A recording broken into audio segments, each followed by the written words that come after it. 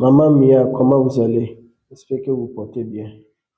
Aujourd'hui, nous allons voir comment créer un produit, sujet stock et effectuer une vente. Également, comment ajouter au stock.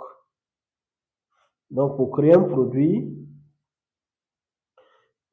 donc notre compte est neuf, ça a été initialisé. Donc, ce qui veut dire qu'il n'y a pas de produit là-dedans. Donc, si nous partons sur vente, ça va nous rediriger vers la création de produits. Donc, pour créer un produit, on vient dans stock. Déjà, en cliquant sur vente, ça nous a redirigé vers stock. Donc, sur stock, au niveau de produit, on clique sur nouveau produit.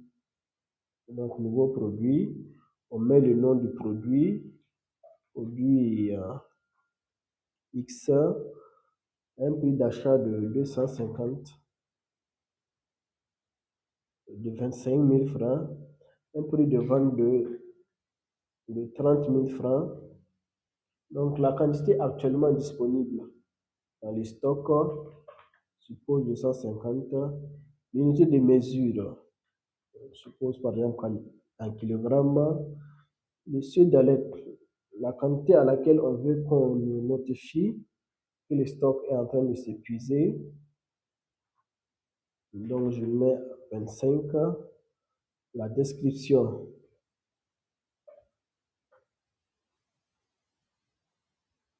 Je mets la description.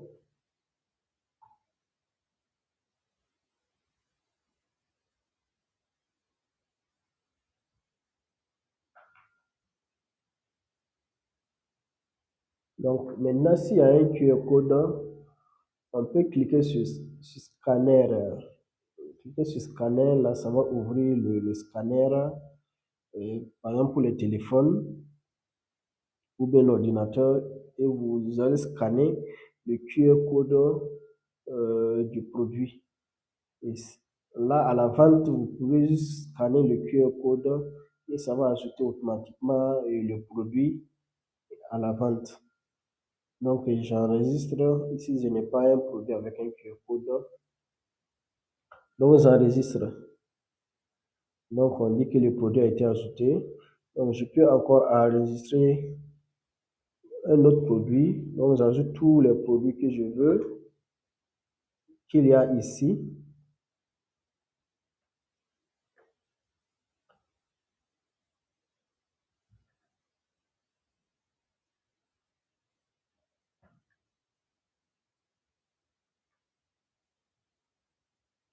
C'est d'alerte.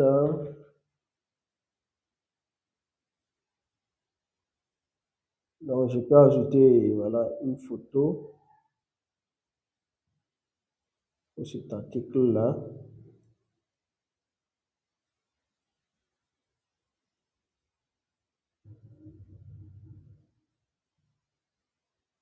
Et j'enregistre. Là, cet article a été ajouté. Donc, je peux également aller le modifier. Pour modifier, je clique sur le crayon. Donc, je vais ajouter une photo.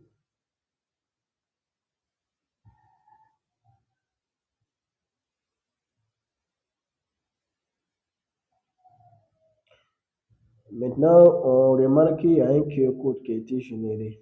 Donc, si vous ne donnez pas si vous n'avez pas de QR code, on crée un QR code pour vous afin de vous permettre de pouvoir utiliser ce QR code pour faire vos ventes après.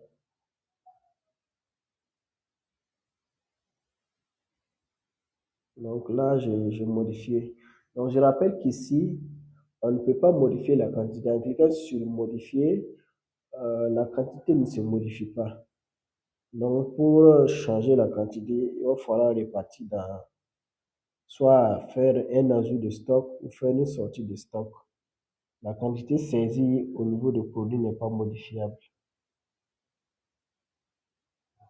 Ou bien vous pouvez faire également un inventaire pour remettre la quantité réelle et faire un ajustement. Donc là, ici, j'ai deux produits, produit X et produit YK. Donc bon, ici, je vais présenter en même temps, supposons que le produit est fini et qu'on veut ajouter. Là, on vient d'ajouter au stock. Ici, mon compte, les arrivages sont paramétrés. Donc, ce qui veut dire que pour ajouter, je dois créer un arrivage d'abord. Donc, je clique sur ajouter un arrivage. Donc, ici, le montant total de la dépense pour les produits, pour l'achat des produits. Donc, je suppose que j'ai commandé plusieurs produits et ça m'a coûté par exemple 1,5 million.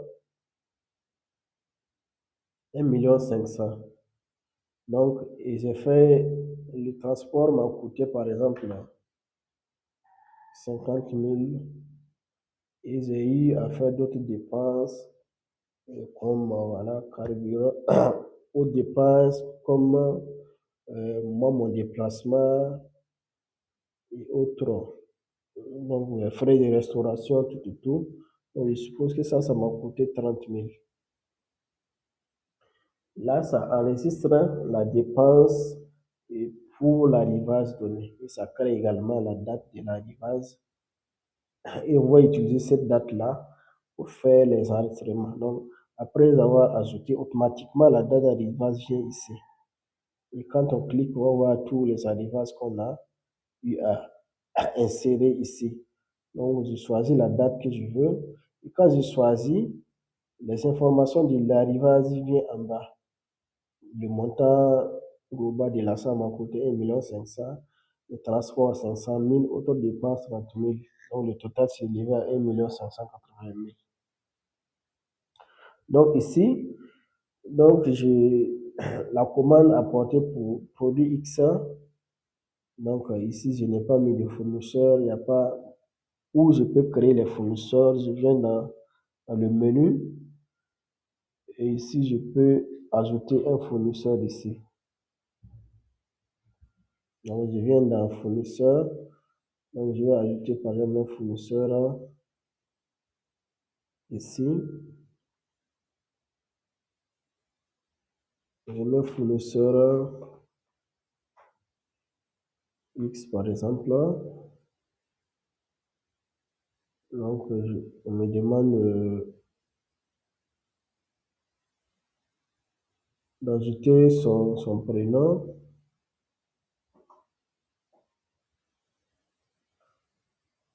Donc, j'ajoute les informations.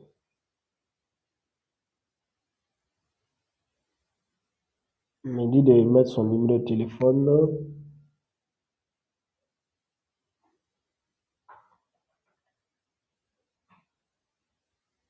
Donc, je vais le voir pour enlever toutes ces obligations.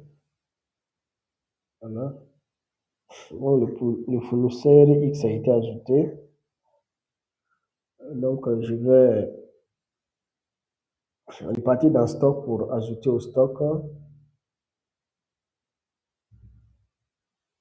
Donc, je sélectionne le produit. Donc, le fournisseur est venu.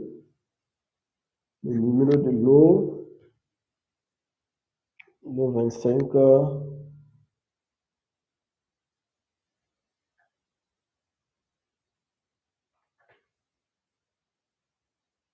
Donc, la date d'expiration pour ce produit. Donc, supposons que donc, je mets une date d'expiration. Donc, bon, on suppose que ça m'a coûté autour de 600 000. Donc, je vais calculer faire un calcul rapide pour essayer de retrouver la quantité, 600 000. Vu que je n'ai pas la quantité réelle, vu que c'est un test, je ne connais pas la quantité qui est là.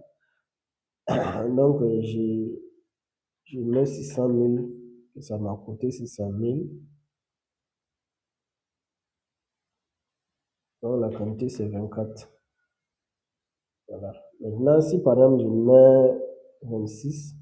Donc voilà, ça va calculer le coût d'achat ici, le coût d'achat exact du produit. Mais comme je voulais que ça soit juste, c'est raison pour laquelle j'ai calculé et pour ajouter ici. Donc la quantité totale, la quantité c'est 24 que j'ai commandé. Donc j'ajoute. Donc pour le produit Y, donc les produits qui sont ajoutés viennent maintenant en bas, après l'espace là. Donc il reste ce produit que je sélectionne.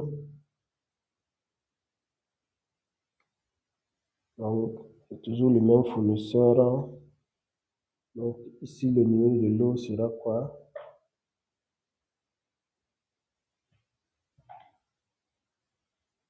Et la date d'expiration.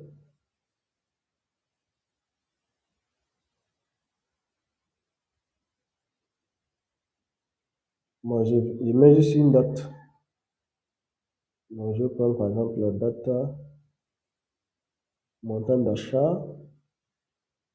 Là c'est 15 200.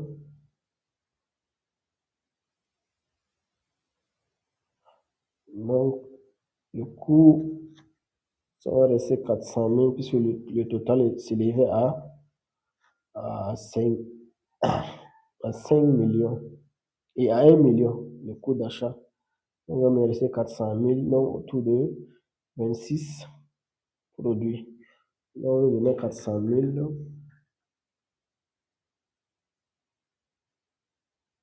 et 26. Donc c'est 25. Hein.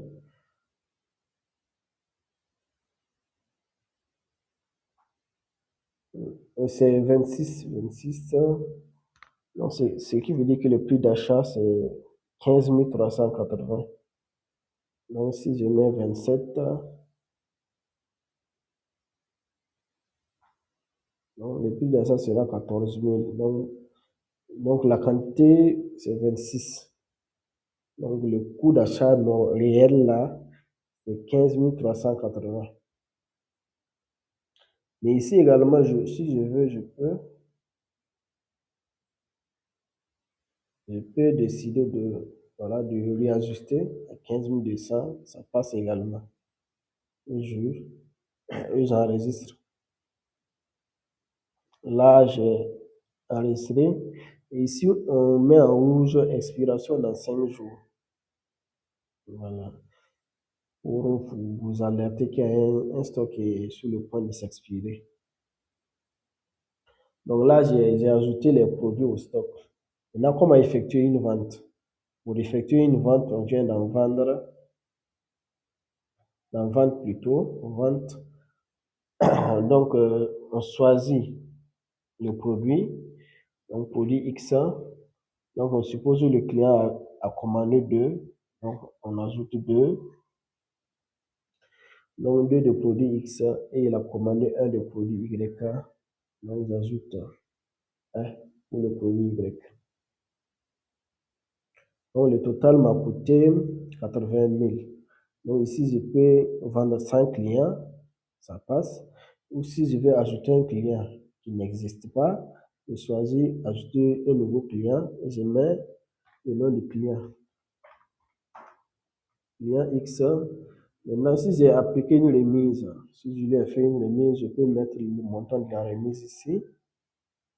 Donc, ici, s'il y a une observation, je mets la somme versée.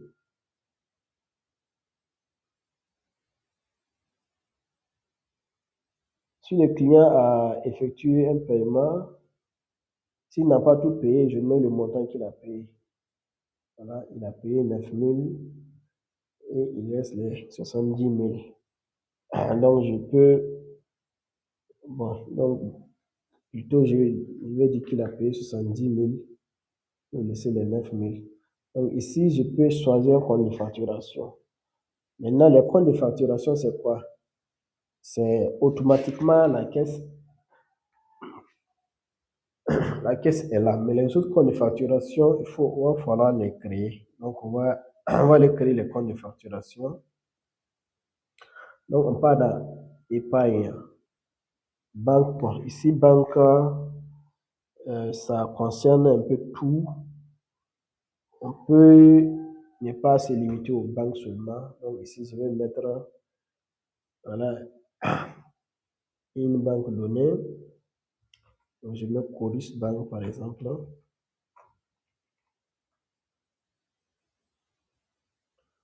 Donc inversement, bon, le moment, comme je vais garder juste un montant nul pour créer la banque. Voilà. Donc je peux choisir créer encore. Et je mets plutôt Orange Money. Ici là mon compte de facturation. Je mets également 0. Donc je choisis Wave. Non, il n'y a pas Wave. Donc j'ajoute Wave comme compte de facturation.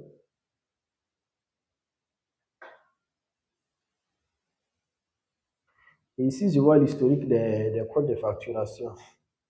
Donc, on voit Wave, Orange Money, Chorus Bank. Et je peux ajouter autant de comptes de facturation que je veux. Voilà. Donc, si je reviens au niveau de la vente, mon panier est toujours là. Donc, je vais juste le faire ajouter le client. Le client, c'était client X. On avait fait une remise de 1000 francs. Observation. Je mets par exemple première vente. Donc, on avait dit qu'il a payé 70 000. Et là, au niveau du compte de facturation, on peut choisir soit caisse, banque, Chorus Bank, Orange Money. Bon, je dis par exemple qu'il a payé par Orange Money. Donc, et je valide la vente. Donc, la vente a été validée. Une vente de 79 000 appliquée. Bon, c'est la remise qui donne le total de 79 000. Donc, la vente normale, c'est 80 000. Donc, la remise est 1000 francs et il y a un crédit de 9 000. Donc, comment voir les ventes? Donc, je peux imprimer une facture. Les tickets, c'est pour les tickets de caisse là. Les petits tickets de caisse, ça vous permet de tirer ça pour que ça économise l'espace. Sinon, c'est la même chose. Voilà, imprimer ticket et imprimer.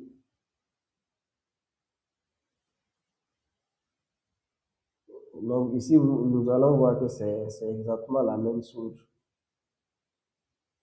Donc la facture, c'est la facture, le ticket également, c'est la même chose. C'est juste que le format, en tirant le ticket sur les tickets de caisse, c'est fait pour voilà, prendre très bien sur le ticket de caisse.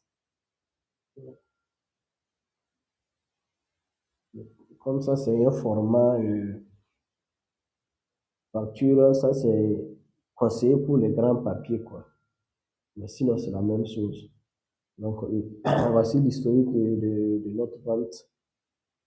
Donc, c'est une vente de 79 000.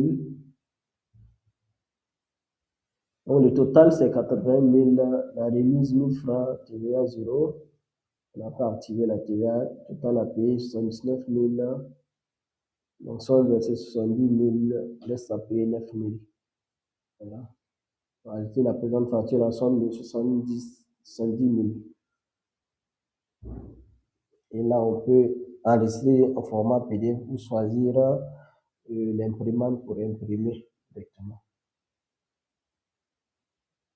Donc, en enregistrant en format PDF, on a un fichier PDF qu'on peut, voilà, après envoyer à quelqu'un ou bien tirer. Comment voir les ventes? Pour voir les ventes, on vient dans les ventes. Et là, on voit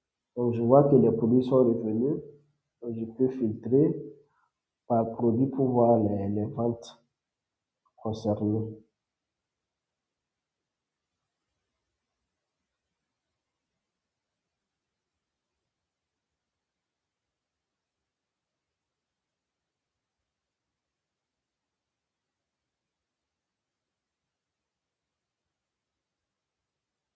Bon, ici, ça liste les produits, mais je vais revoir un peu le calcul, le bilan général. Bon, ça prend le chiffre d'affaires global, alors que bon, ça devait prendre le chiffre d'affaires pour le produit qu'on a sélectionné. Là, le chiffre d'affaires global. Donc ici, ça prend le chiffre d'affaires de la vente et non pour le produit sélectionné. Et nous allons corriger ça. Donc en gros, c'est ça la partie vente. Donc si vous avez d'autres questions, vous pouvez nous contacter sur WhatsApp sur le plus 226 67 31 98 51 et nous ferons le plaisir de vous assister. Ici, c'est la partie vente sans stock. Donc ici, vous pouvez voilà, vendre des produits ou des services. Par exemple, ici également, vous pouvez choisir un client ou ne pas choisir un client. Par exemple, ici, on a vendu quoi? La désignation, c'était un service, par exemple, on a effectué une maintenance, par exemple. La quantité c'est 1. Le prix unitaire, ça nous a rapporté 25 000. Et on ajoute, là c'est les autres revenus. Là, ce n'est pas lié au stock. Là, c'est des ventes directes, sans stock. Et on peut ajouter autant de ventes qu'on veut, sans stock. Donc, je vous remercie et à très bientôt pour de nouvelles vidéos.